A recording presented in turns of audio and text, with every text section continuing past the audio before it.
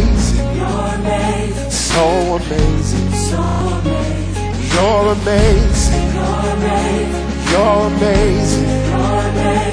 You're amazing. You're amazing. You're amazing. So amazing. So amazing. You cause the sun.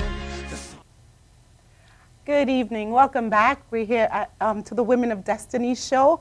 We're here this evening with Pastor Evelyn Cruz and Dawn Brown. Welcome. We thank you for coming on our show. We're honored and we appreciate the time that you've given to us.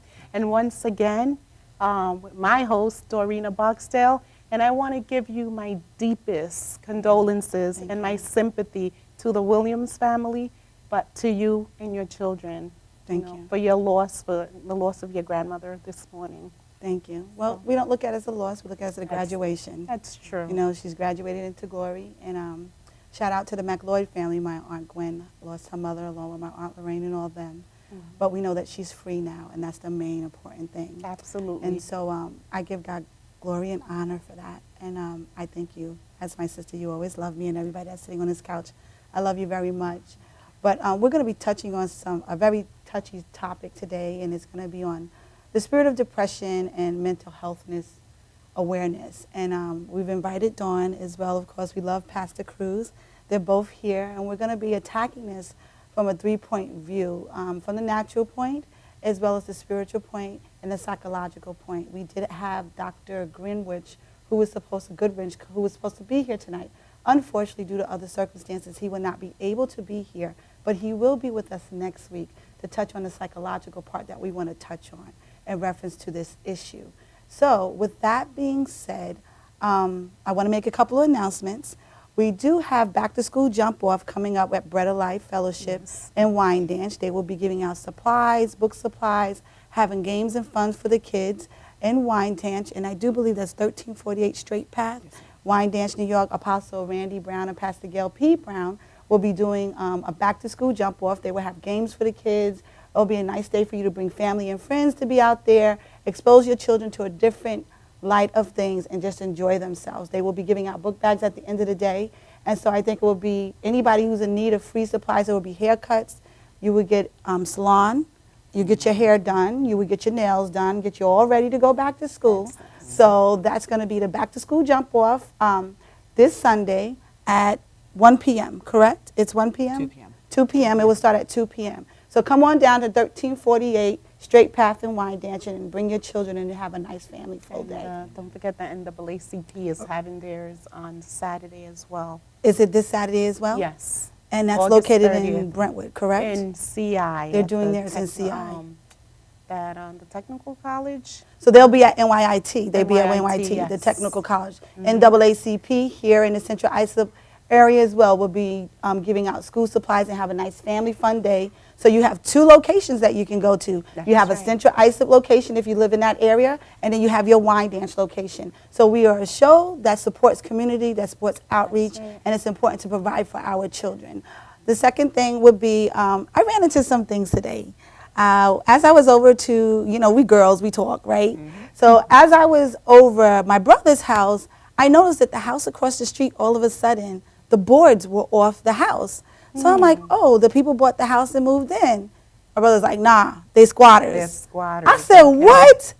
So I had to make sure I say something about that tonight because now I'm finding out there's this whole phenomenal going on where people are pulling boards off the house, moving into the houses, squatting there, getting the light bill on, the water turned on. Now I know this particular house, they can get the copper was out of it, but they got the water running. So I'm like, what is going on?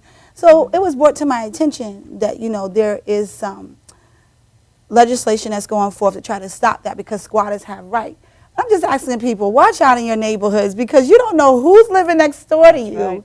And you're like, where did these people come from? And we're watching this whole thing that's going on. And they were straight up thug. Let's just keep it real. Because I was like. They don't care. They didn't care. So my brother's like, Dorina, you going to say something about it tonight? I'm going to say something about it tonight. We had the same problem with that house there on McNair and Crooked Hill, 220 Crooked Hill Road. That's been like a thorn in my side, and the town cannot legally evict them. Well, I heard It's they have to against go through the law. bank. They have You to know? go through legislation to get them out.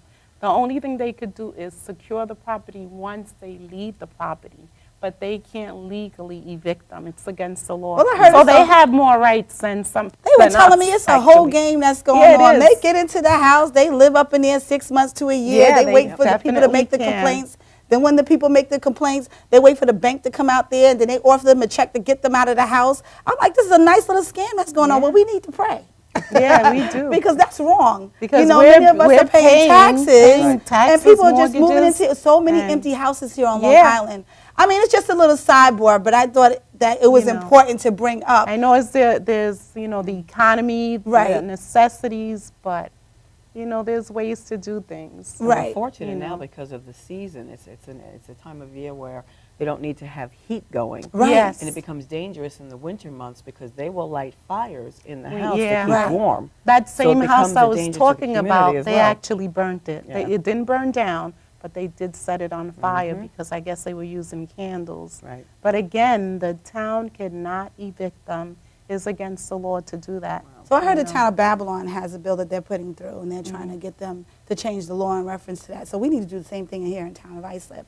But I just wanted to make sure I kept my word and said Yeah, and something. mention So it. we will be calling the town of Islip in reference to that, because you just never know who you have living next door to Yeah. you. You know, and I thought it was an important piece that be brought up because we have so many empty houses here on Long Island, and there's people just we moving have the into most them. foreclosed houses in Brentwood, as a matter of fact. Wow. Last time we had looked at the statistics, it was about 600 homes that were Wow. foreclosed Wow. Wow. in Wow. Brentwood.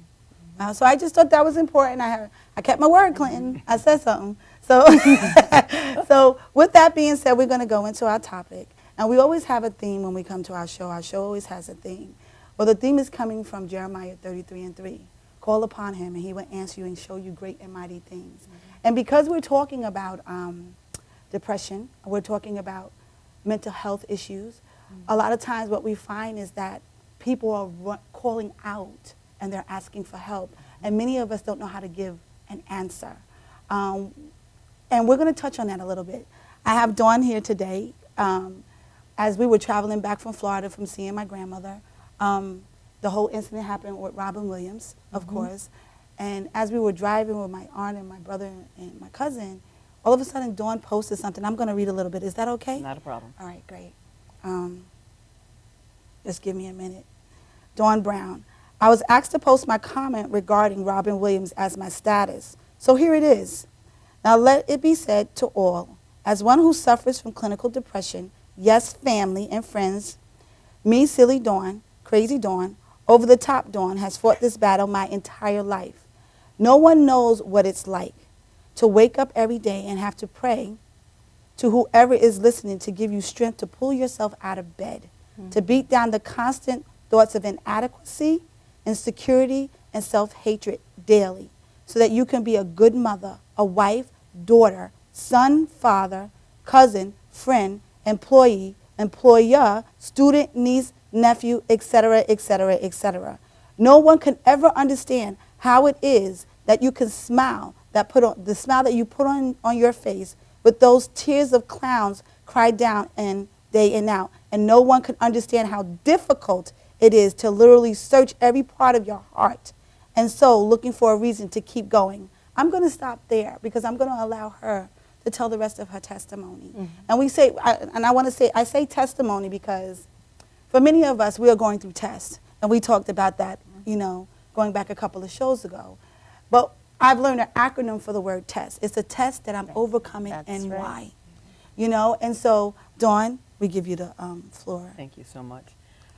Every time I hear anyone speak about depression, it just pricks my spirit because no one would ever think that I suffered from clinical depression. They see me, I'm always laughing, I'm always smiling, I'm trying to keep a good face forward for everyone, and I'm most often trying to lift everyone else's spirit. Meanwhile, inside I'm dying. Every day I feel like I'm not good enough. Every day I feel like someone's looking at me, judging me, questioning my motives at all times. And I've suffered with this my entire life. In the beginning, when I started to realize that there was something going on, I thought it was just situational. I was adopted. I don't know if you knew that. I was adopted. So, I blamed these feelings on my being adopted. But I was adopted into a wonderful family, a family who loves me. If you didn't know that I was adopted, you would never know I was adopted. So I questioned myself. Why am I feeling like this when I'm loved? I'm loved by everyone. So I went to the doctor, and I was like, there's got to be something physiological going on. So I went on medication. I'm medicated. I felt good for a little while. And then I realized I just kept going back into that hole. I kept going back into that deep sadness, and nothing worked. So I found the Lord. And even in that, the struggle still goes on. And even in that, and especially when you are suffering from this clinical disease, you're questioning God. Why do I feel like this? Right. You're supposed to be filling me. Right. And there are times when I just don't feel filled. I Wow. don't feel filled. Wow. It's hard. It's a struggle every Wow. day. Wow. I can kind of relate on a level with that. There was a season of my life where I think I came fresh out of a relationship with the kid's father. I was in an abusive relationship. The relationship was not only abusive, but it was also mental. During that separation, what happened is I was overwhelmed. I had 3 young kids, and I had a child that had special needs, and he would never stop crying, never stop crying. And I got to a point one day where I just lost it. I didn't go to work. I didn't show up. I don't even know how I got my kids to daycare. I remember the last time, when Timberline Park was open, I was living over in that area. I remember putting my son on the swing and just sitting in the car crying. And I was still in my uniform. I was working as a nursing assistant at that time. I was still in my uniform, and I don't know even how I got from the park to my house where I was living at. And when I got there, all I remember is being balled up in the corner behind my front door. And my son was screaming. I couldn't get him to stop screaming. And see how God is. God always has a ram in the bush, because my boss started calling around looking for me because I wasn't the type of person that wouldn't show up to work, or not call or anything like that. And she was like, something's wrong. My parents came looking for me. And when my parents came and found me, they found me balled up in the corner in a white uniform. And as I was in that white uniform, I was just saying, I can't do this no more. I'm not going to make it. I'm not going to make it. And depression runs in my family, But I remember this in that season, and people may think that this is crazy because it's not crazy. I remember saying to God at that time, and I was a Christian as well, a young Christian. I was, 23, 24 years old. A young Christian balled up in the corner, crying out to God, saying, I can't do this anymore. I'm about to lose my mind. And I remember having an encounter with God. I remember God encountering me at that point and reaching out to me. And I remember seeing this figure just carrying me in his arms and just holding me while I wept and cried because I couldn't get my son to stop crying because I didn't understand that he was sick, And they took me to the doctors, and the doctor said she's having a nervous breakdown. And then he sent me to a psychologist. Oh my God, I can't believe I'm telling this on live TV. They sent me to a psychologist. The psychologist turned around and told me that I needed to put my kids on the back burner.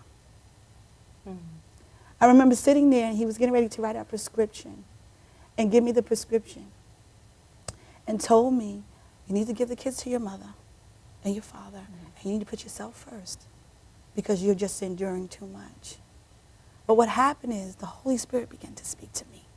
The Holy Spirit began to say to me, get up and leave from here. Tell him, thank you for your services. And he lead me from that house and led me to a woman of God's house that lived around the corner to my parents' house. When I got to her house, she was standing at the gate waiting for me. She said, God said you were coming. Wow. Right? I could have ended up on medication.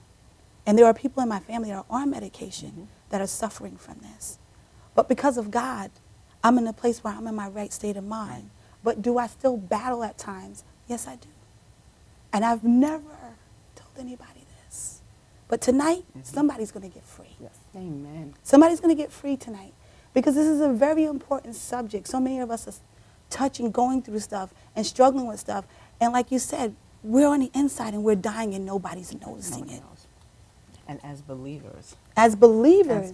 As believers. And we're not talking about people, we're not just talking about the world, but we're talking about believers. We're talking about, there were some young people, we were talking about some old people, but we're talking about believers who are dealing with a spirit, and that's where the pastor comes in at. You know, we are dealing with stuff that we cannot see from the natural eye, right? But there's nobody to explain that to us. To listen. I think And- there's nobody there to listen. And there's nobody even to listen. Yeah. And a lot of times, people like us, we run right back smack into that wall again. And we're misunderstood. Yes. Nobody understands that we're walking through those things.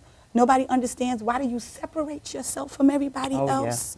And you go missing for a couple of Sundays out of the week, and you got to get alone with God, and you got to talk to God, because that's how I cope. I talk to my Jesus. But there are some people who are not in a relationship with God. And so the importance of Dr. Goodrich being here tonight was for him to touch on that part as well. But we will be bringing him back next week. But I want the viewers, I want the viewers to know tonight you are not by yourself. You are not the only one dealing with this. And we're going to stop right here. And when we come back, we're going to come back with hope for you. We're going to commercial.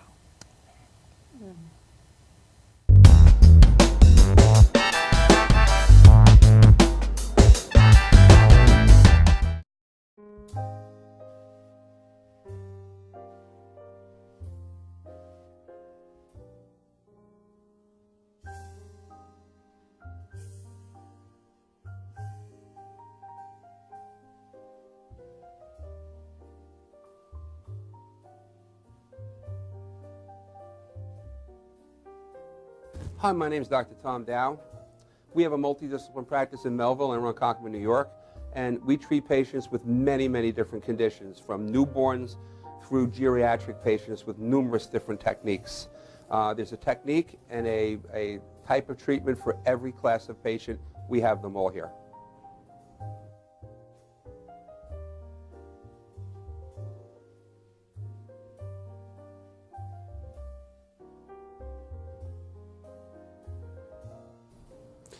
Here's my son Thomas, also a doctor of chiropractic, working on one of our patients' cervical spine. This patient has had chronic neck pain for many, many, many years, has been to a multitude of different practitioners with little or no response. And with our specialized techniques, she has improved tremendously and continues to improve on a daily basis. We have two practices, one in Melville and one in Ronkonkoma, New York. We are a multidiscipline chiropractic office.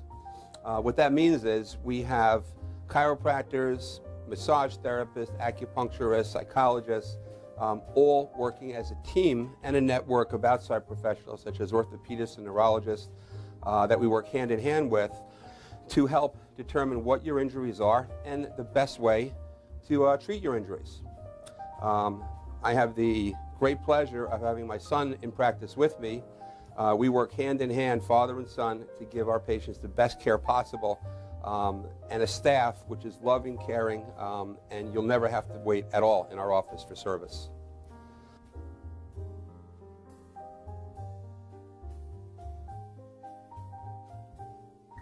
Many times patients come into our office and they have what's called a soft tissue injury. Soft tissue injuries are like scars inside your body. If you've ever been cut on the outside of your body, you get a scar. The same thing happens inside of your body to your muscles and ligaments. So our job is to determine where those are, stretch the muscles, adjust the vertebra back into their correct position, and then refortify the normal structure with exercise. That's what we do best, and I hope someday you'll come see us at one of our two offices. Thank you.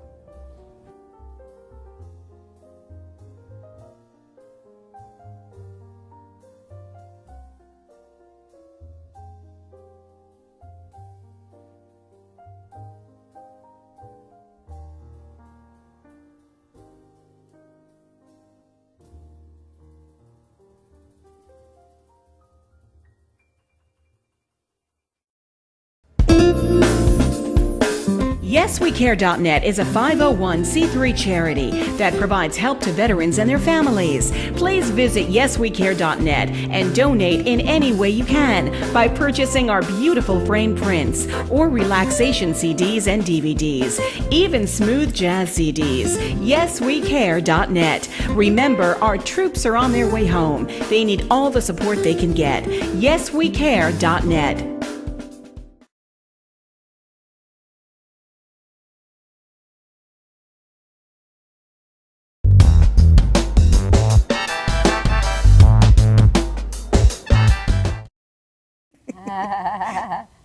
Welcome back. I know we left on a little bit of a heavy note, but now we want to touch on the clinical part of it, right, Dawn?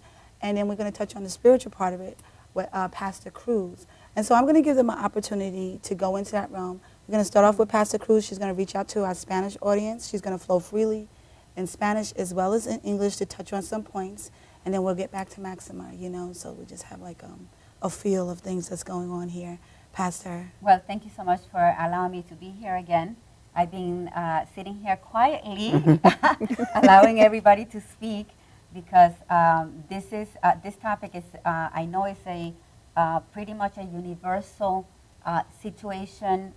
You know, all over the world, people are going through depression and going through situations where they don't know what to do. Mm-hmm. And we find ourselves hiding in the closet, putting masks on, as far as, you know, not allowing other people to see into the pain that we're going through, because we don't know how to express that. And most people do not understand what we're going through. We Right. feel that they don't understand. And actually, most of them do not understand. But at the same time, we don't want people to stay in this place of Yes, depression, yes. because there is deliverance, and Yes. there is a way to come That's out right. of that Yes, situation. yes. A few weeks ago, we spoke about my testimony, and I could have been a very classical person that could have gone into depression. I could have committed suicide, because I was at the edge of committing suicide many times throughout my life. And even after becoming a believer, going through some situations in my own home, raising my children, in my relationship with my husband, I used to go back to what I learned from my mother, which was running away, which was hiding Right. from life and situations. I used to go into a closet in my small little apartment with my 5 children, and I would cry. And I would get in the car with my 5 children, and I wanted to drive away and just drive and not come back to life. But the reality is that it came to a place that I had to call unto God. I had to call unto God. Now, there's different, I wanted to say when we were in our break that there are different things that we do, that we should be doing when dealing with depression. Correct. And the first thing is to go in, to have ourselves checked, go to a doctor. Because a lot of times we are blaming a feeling down, a feeling depressed, to a spiritual entity or situations, but the reality is that we have a chemical imbalance. There are issues in our brains, that are in our bodies, that we need to deal with, right? And once we understand that it's not physical, if it's physical, then you're going to get treatment for it, Right. because you'll feel better. But at the end of the day, we all of us are human beings, deal with this issue of depression from time to time, and we need to learn how to deal with it. Now, you spoke about being adopted. So we don't, and you were brought up in a very loving family. Right. So, but there are things that come with us before we were born, Right. that were implanted in us when you were in the womb of that mother. Because one of the things that we have understood, and it's not, I don't just teach that, it's not just me. I have learned that from doctors and from clinical tests and statistics and things that have been done, that when you speak, when you are in the womb of a mother, their words, her feelings, her emotions are being transferred into the child. So you come into life already with things that were implanted in you. Correct. So we don't know that what you're dealing with is, like you already know, we already know, is not the family. Right. It's not the situations, and it's not the family that brought you up. But there are many things that came from Right, from my your biological mother that we don't know about.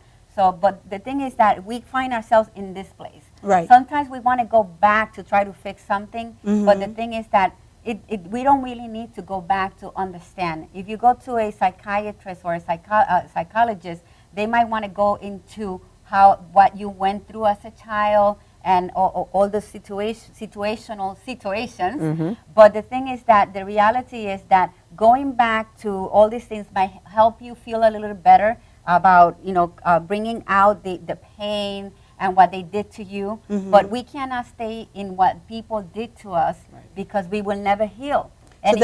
So with that being said, that means that there is a place where we're going now, that even we're going through that process, right, Dawn? And we're realizing that we're going through this, they have to want change, right, Pastor? They have to want change. And one of the things that you know go what? ahead. What's going through my mind is that sometimes they don't know that something is actually wrong, and other people don't know, and they attribute it to their character.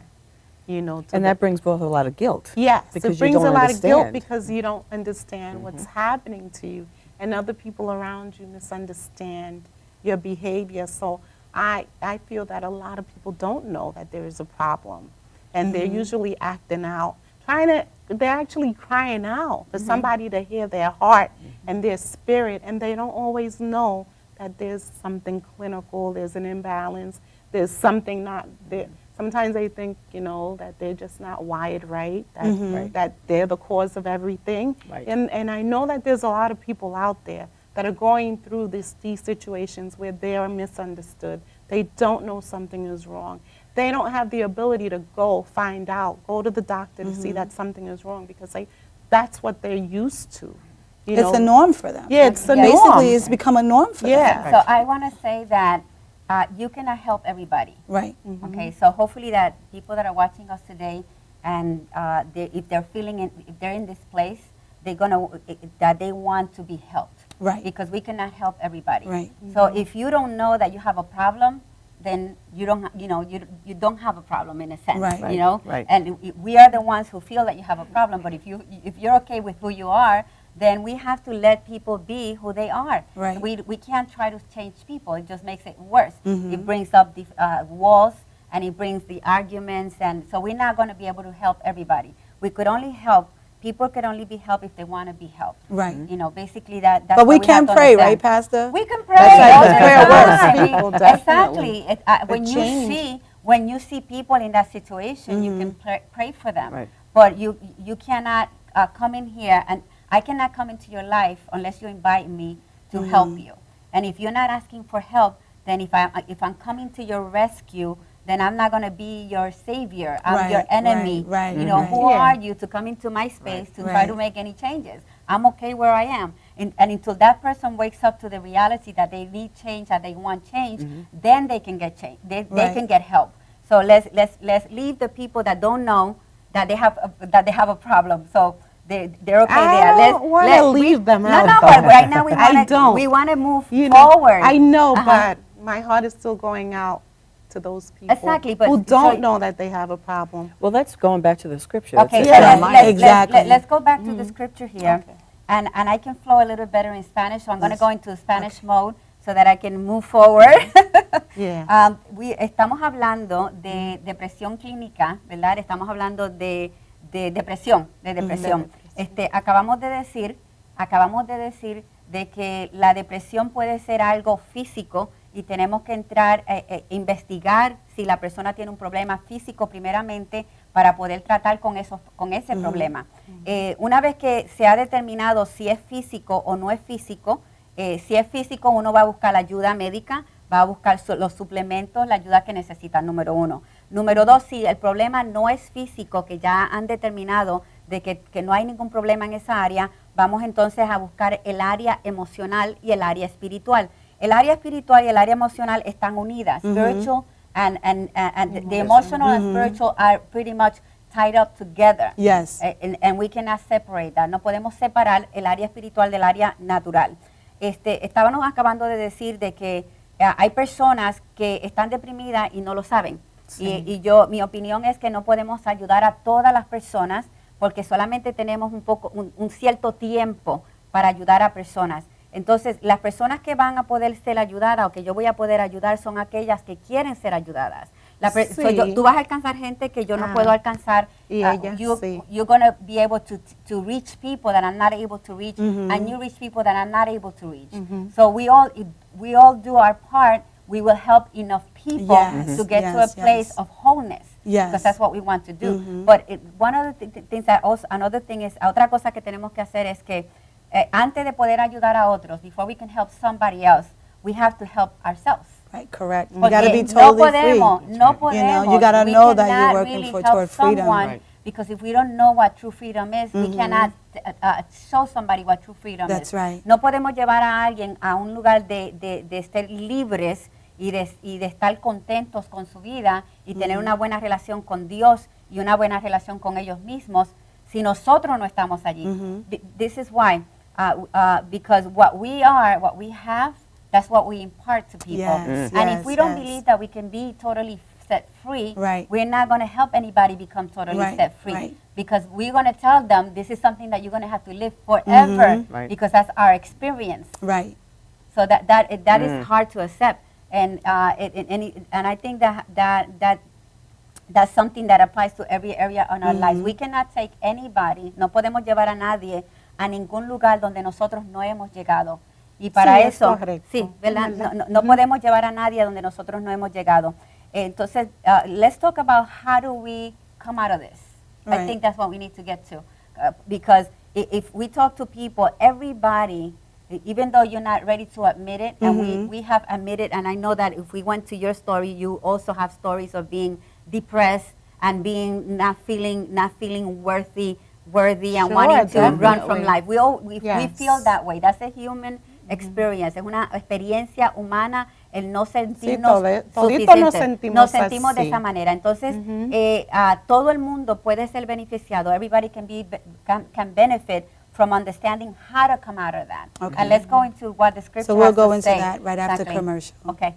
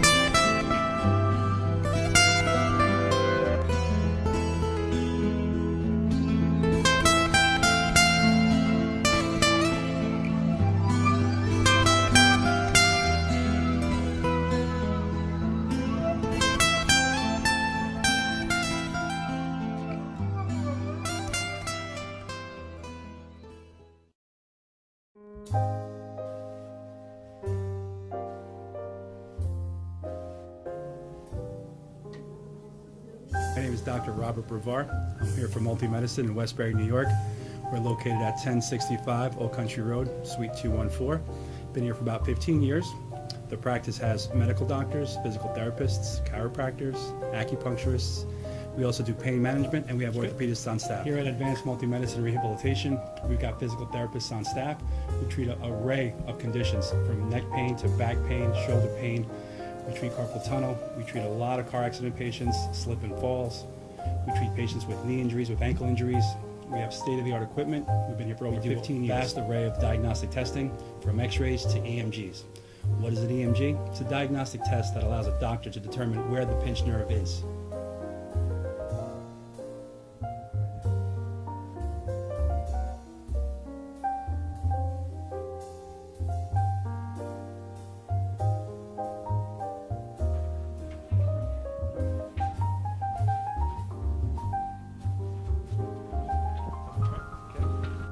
Cora is a physical therapist at Advanced Multi-Medicine and Rehabilitation.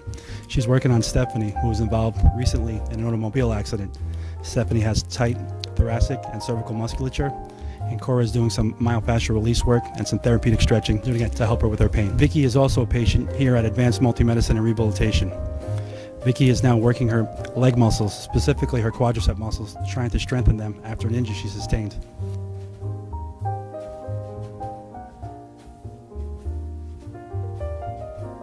If you find yourself in need of any type of physical therapy, please don't hesitate to call Advanced Multi-Medicine and Rehabilitation, located in Westbury, New York, in Suite 214.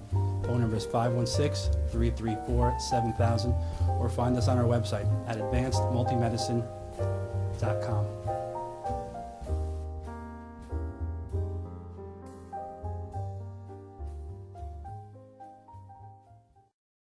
For professional motorcycle transport and towing, think Kickstart Fabrications Motorcycle Towing. Proudly serving all of Long Island, we feature expert handling and 24/7 service. So send a limo for your toy with Kickstart Fabrications Motorcycle Towing.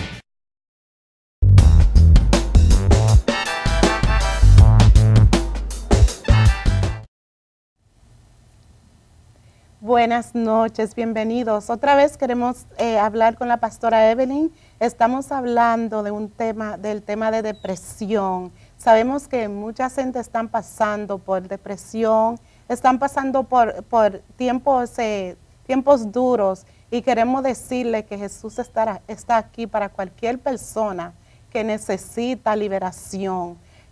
Jesús no le importa quién somos nosotros, Él está aquí para todos, y queremos que ella toque un poquito sobre sobre lo espiritual, de cómo podemos liberarnos de la depresión. Bueno, la Biblia dice en Jeremías capítulo 33, versículo 3, en la versión La Biblia Las Américas: clama a mí y yo te responderé y te revelaré cosas grandes e inaccesibles que tú no conoces. Y la versión Dios habla hoy dice: llámame y te responderé y te anunciaré cosas grandes y misteriosas que tú ignoras. Una de las cosas que nosotros hemos aprendido como hijos, ahora que estamos en este lado, ¿verdad? Sí. Al otro lado de la depresión, al otro lado del querer suicidarnos, al otro lado de no tener una razón por qué vivir. Exactamente. Hoy nos encontramos en otro lugar y podemos entender que la razón que nosotros salimos de ese lugar fue porque clamamos a Dios, primeramente. Pero la escritura no es solamente que tú clames, que tú grites, porque la realidad, el llorar, el expresar esas emociones son buenas, pero no son suficientes. Porque la escritura dice: clama a mí, o llámame. En la versión Dios habla hoy dice: llámame, es hablar con Dios, y yo te responderé. Y te anunciaré o te enseñaré cosas grandes y misteriosas que tú ignoras. Esto está hablando de que, y en la otra escritura dice: y te revelaré cosas grandes e inaccesibles que tú no conoces. Está hablando de que hay algo en nuestras vidas que nosotros no entendemos. Y la razón que nosotros no entendemos es porque estamos ciegos.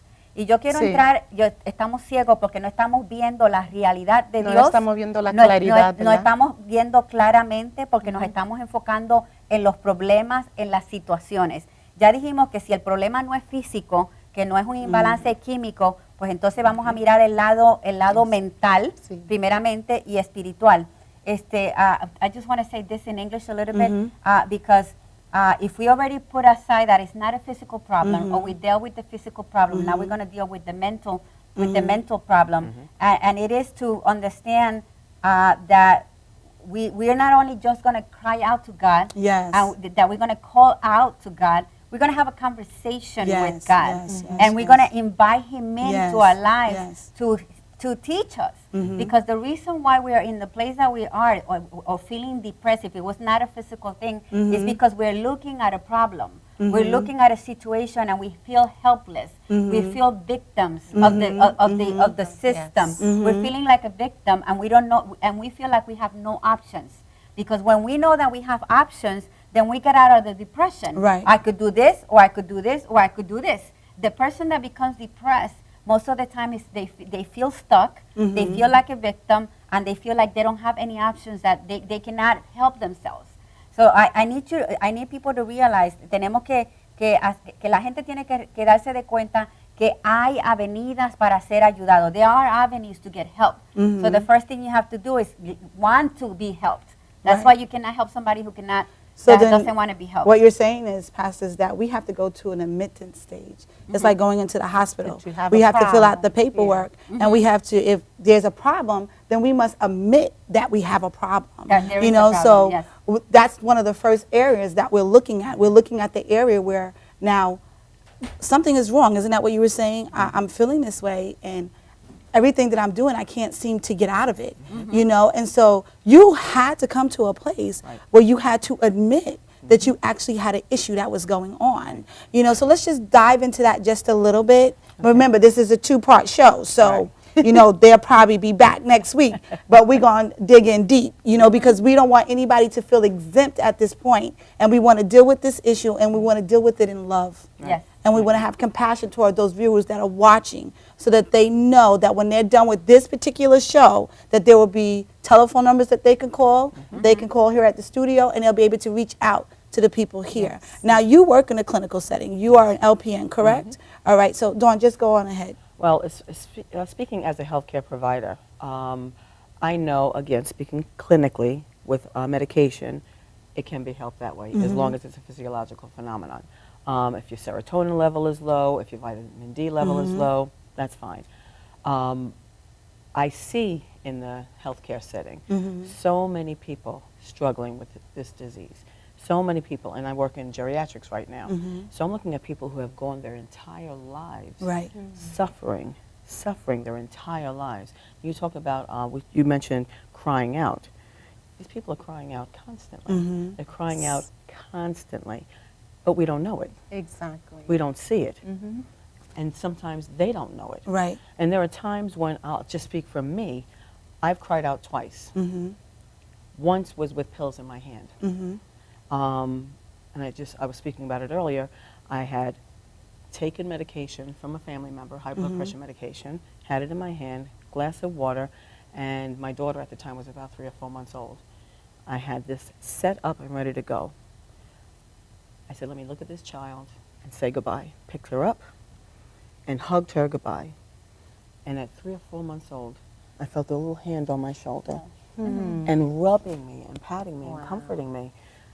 I didn't know I was crying out, because what I was really trying to do was end it. I was looking for peace, but that was my soul crying out. Right. You know, and that's when God stepped in. I believe that was Him stepping in. I remember once being stuck behind the wheel of a car on Grand Central. Cars are just flying by me in every direction. People are flipping the bird at me because I was stuck in the middle of the road. And I said, God, if you exist, if you're here, I need you to prove it to me, because I can't do this anymore. I'm going to jump out of this car, and I'm going to jump into the road and get hit.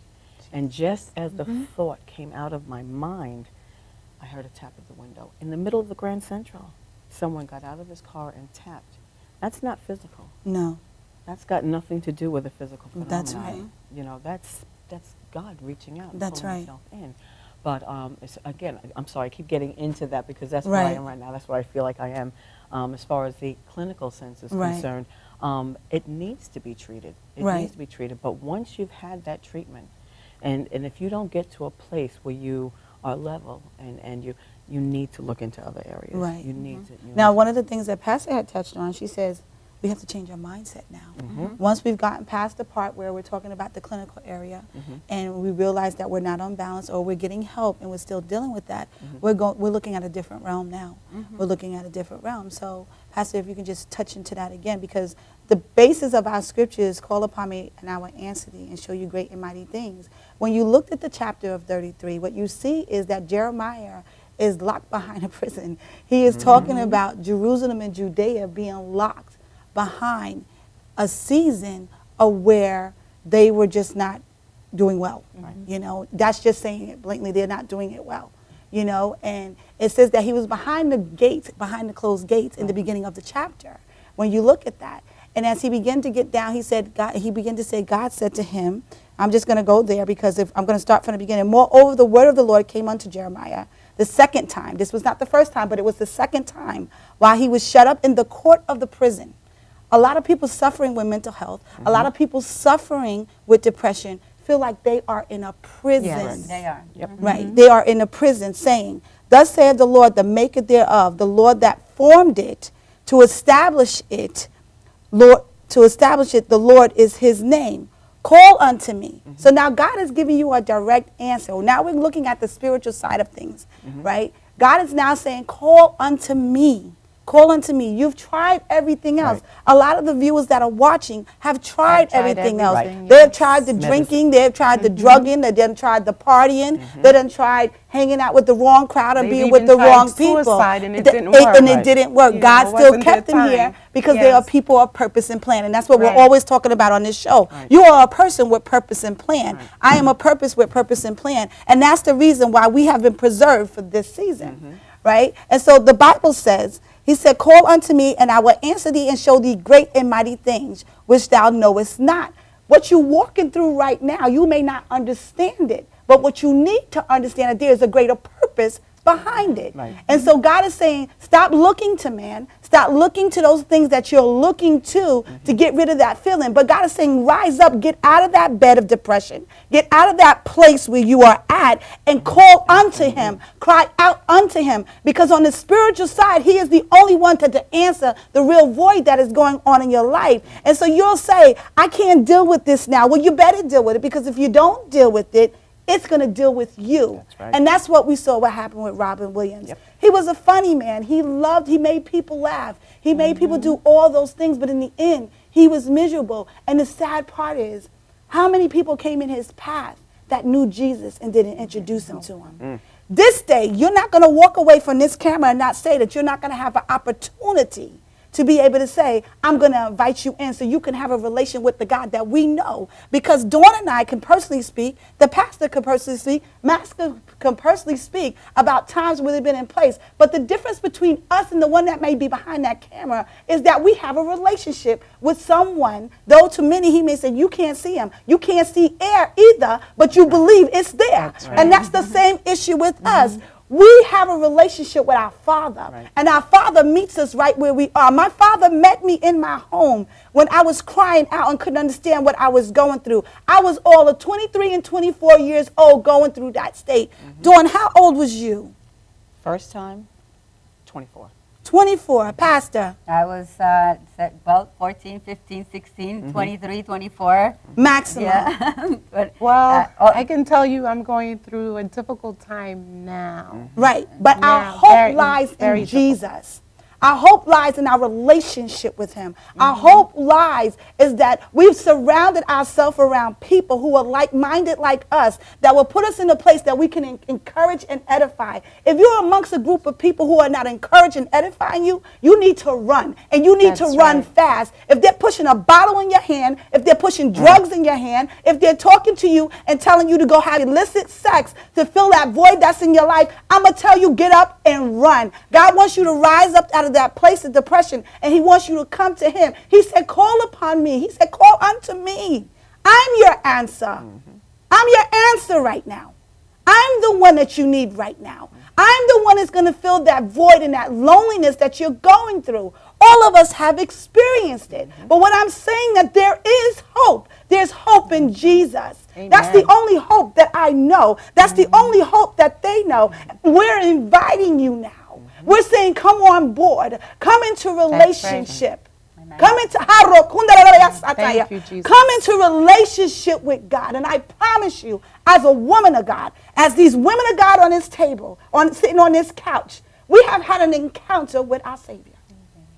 And he's not a respecter of persons. Exactly. He don't If care what he color our doesn't skin care is. who you are. That's right. If he did it for us, he can do it for you as Absolutely, well. yes. You just have to call upon him. That's right. And let him into your heart, your soul, and your spirit. And he'll be there to deliver you from whatever you're going through. That's right. That is the beginning of change. Yes. Calling out to God.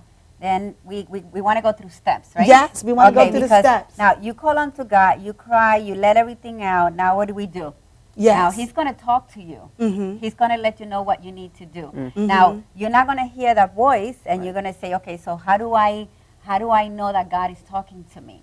Well, if I'm crying out to God, if I'm talking to God, if I'm inviting him into my situation, he is there. Just know that he is there. He's there. He's there. He is there, and he's going to guide you. Mhm. Now, I say, yo siempre digo, Mhm. de que Dios siempre nos está hablando. Sí. God is always talking to us. Yes, yes. But we don't pay attention. No. That's right. Okay? Now, because we're training and teaching people today in this place, then the next step after we let everything out and we cry out to God, Now we are going to say, okay, God, I'm here. Teach me. I'm going to listen, and I'm going to do what you tell me to do. Right? That's Right. that, actually, last time you taught on Lot. Lot. We talked about Job. Job. Okay. So just hold that Hablamos- thought, Pastor, because Yes. we need to go to commercial.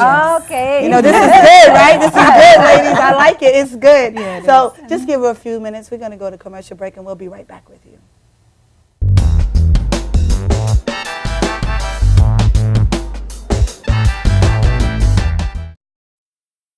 This is Beth. Hi. Oh, congratulations. When are you due?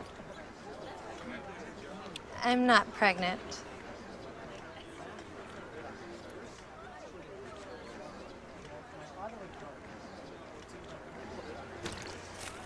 Oh, look at that. Excuse me. You're totally thin. You look very sexy. For life's bleachable moments, all it takes is 3/4 of a cup.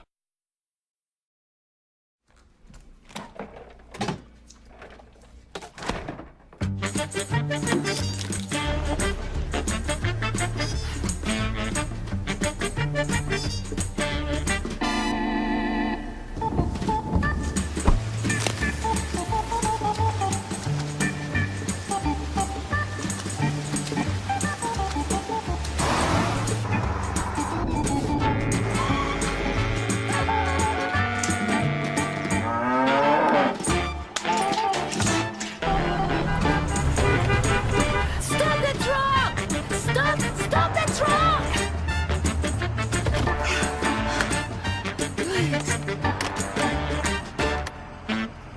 Thank you.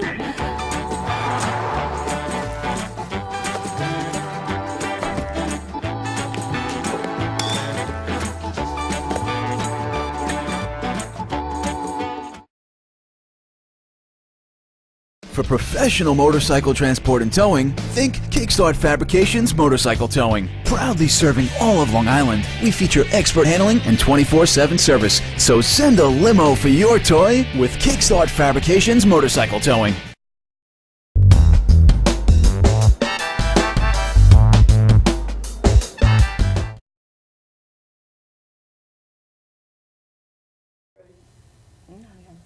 We are back. Yeah. We are excited because yo estaba diciendo de la vida de Job. Sí. Cuando Job estaba pasando por todos sus problemas, perdió perdió sus hijos, perdió su dinero, perdió su casa, perdió todo lo que tenía. Tenía 3 amigos, 3 friends, Yes, que estaban a yes. su alrededor. Estos amigos estaban dándole consejos, lo estaban criticando, estaban preguntándole qué pecado había él hecho, que había hecho él. Para y que él- le pasara ¿Por todo qué le eso. pasó por qué le pasó todo esto? Y en lugar de ser amigos para aconsejarlo y para estar allí con él, lo que fueron piedras de tropiezo, De tropiezo, sí. para su They were vida. stumbling blocks. Yes, Yeah. they So they need to became. change your friends because your friends are You need- becoming That- stumbling blocks. That's another story. We Yeah. gotta change our friends. Yes. But here, this is what happened with Job. Job started arguing with their friends, now justifying that, you know, I'm a just man and I don't know why this happened to me. And we find ourselves that way. We don't know why things happen. But I just want to take everybody to how Job was delivered. Yes. You see, because we want to talk about the problems and we want to stay stuck in in that. it. We want to stay stuck in that situation. You're right. But when Job went before God, actually it was Job who said, God, you know what? I am sick and tired of this situation. I don't want to suffer anymore. Oh, so I'm you going- got to get sick and tired of the You have to situation. get- Is that what Yes, you're saying? You got to admit that you need help. You need Right. help. So, okay, we're still Okay. at the admittance stage now. We Exactly. haven't moved anyplace Exactly. else. So We're still at admittance. And actually, this was coming to my mind. An alcoholic, you know, as long as he doesn't admit that he's an alcoholic, you can never help him. Right. Right. A drug addict, unless he right. admits that he has a drug problem, you can never help him. Right. And this is why a person that's depressed, unless they admit right. that they have a problem and that they need help, you cannot help them. That's why Right. it's so hard to help somebody who is not admitting that they have a problem, who doesn't know they have a problem. But anyway, we'll pray for them. Right. But we're talking to the people that want to get out. Right. Now, Joe found himself in a place that he didn't have anything. Even his wife cursed him and left. So talk about being, out and having nothing but God. He turns to God and he said, you know what, God, I'm tired. Right. And he says, I'm tired and I'm going to put a zipper on my mouth, right? God said, shut up and listen because I'm going to speak. And Job said, okay, I'm going to shut up and I'm going to listen. Job dijo eso. Dios le dijo, cállate, ponte un zipper en la boca. Literalmente, ponte un zipper en la boca. Cállate, pon un zipper en la boca y yo escucha. Yes. Entonces, Job says, okay, I'm going to listen and just talk to me. What do you want me to do? And you know what's the first instructions that God gave him? Go pray for your friends. What? The people that you're mad at, go pray for them. Wait a minute. Hold up. Wait a minute. Yes, So you're pray for saying your to friends. me, I have to take a position of forgiveness. that it's not about me. Exactly. It's not about what I'm talking about or what I'm going through, but I have to take a position and say, I'm listening to God now. I want to be free. I'm in the place where I'm admitting that I want to be free. Yes. Right? And then I'm saying, I'm sorry, we got a little distracted. I'm saying that, okay, God, what do you want me to do? And then God gives you the answer. And he said, go pray for your friends and forgive. Forgive. I mean, we're going to go back. We're going to go back to that. I just want to make forgiven. this Go point. ahead. I understand exactly what you're saying because I came to a place where I wasn't talking anymore. I decided to just shut up because I had already spoken too much. I've been there and I too. wasn't getting anywhere. I was feeling worse. So I got to a point where I didn't want to speak to anybody, literally. You know that. Well, I spoke to Dorina a lot. You know, I can call Dorina at any time and I could speak to her because she understands what I was going through. But a lot of people didn't. They didn't understand what I was going through. They wasn't listening to my heart and my spirit and my soul, none of that. So I got to a point where, you know what, it's between God and me, and I have to speak to God and nobody else, because nobody else can help me but God. Right. Okay, You know. we have I think 2 minutes. Okay, so let's give a word before we leave. And this is the word. God says, call unto me and I will respond. Now you're going to shut up and listen because God is going to respond. God is going to teach you. He's going to show you where. He's going to bring people and he's going to show you what you need to do. And we go back to James chapter James 1 where it says that if any of you is deficient in wisdom, let him ask of God that is going to give him liberally without reproaching, and it will be given to him. So understand that God is going to give you wisdom to deal with the situations, the situation that's causing you that depression. And he's going to show you the way. He's going to bring people. He's going to bring the instruments. He's going to bring the tools. And you're going to be able to get out of that place. Just know that you can get out of that place. But we have to come to a place that we call unto God, that we are going to shut up, and we're going to listen. And then after we listen, we're going to put into practice what God is telling us to do. And that's how we're going to get out of this place of depression. Next week we're going to continue talking about it. Yes, we're going to continue Pero talking about vamos a this. decírselo en español. Yes, Okay, sí. terminamos en español. So let's wrap it up. Okay, tenemos que orar, tenemos que esperar en Dios, tenemos que callarnos la boca y tenemos que oír la instrucción de Dios para ver qué Dios quiere que yo haga y entrar en ese lugar donde Dios quiere que yo esté para salir de esa depresión. Ladies, we'll see you next week. Dawn, you're welcome back. Thank you. And Pastor Cruz, as always, thank you. My host, I love you so much. And Thank you, ladies. you will Thank you. get free. God bless you.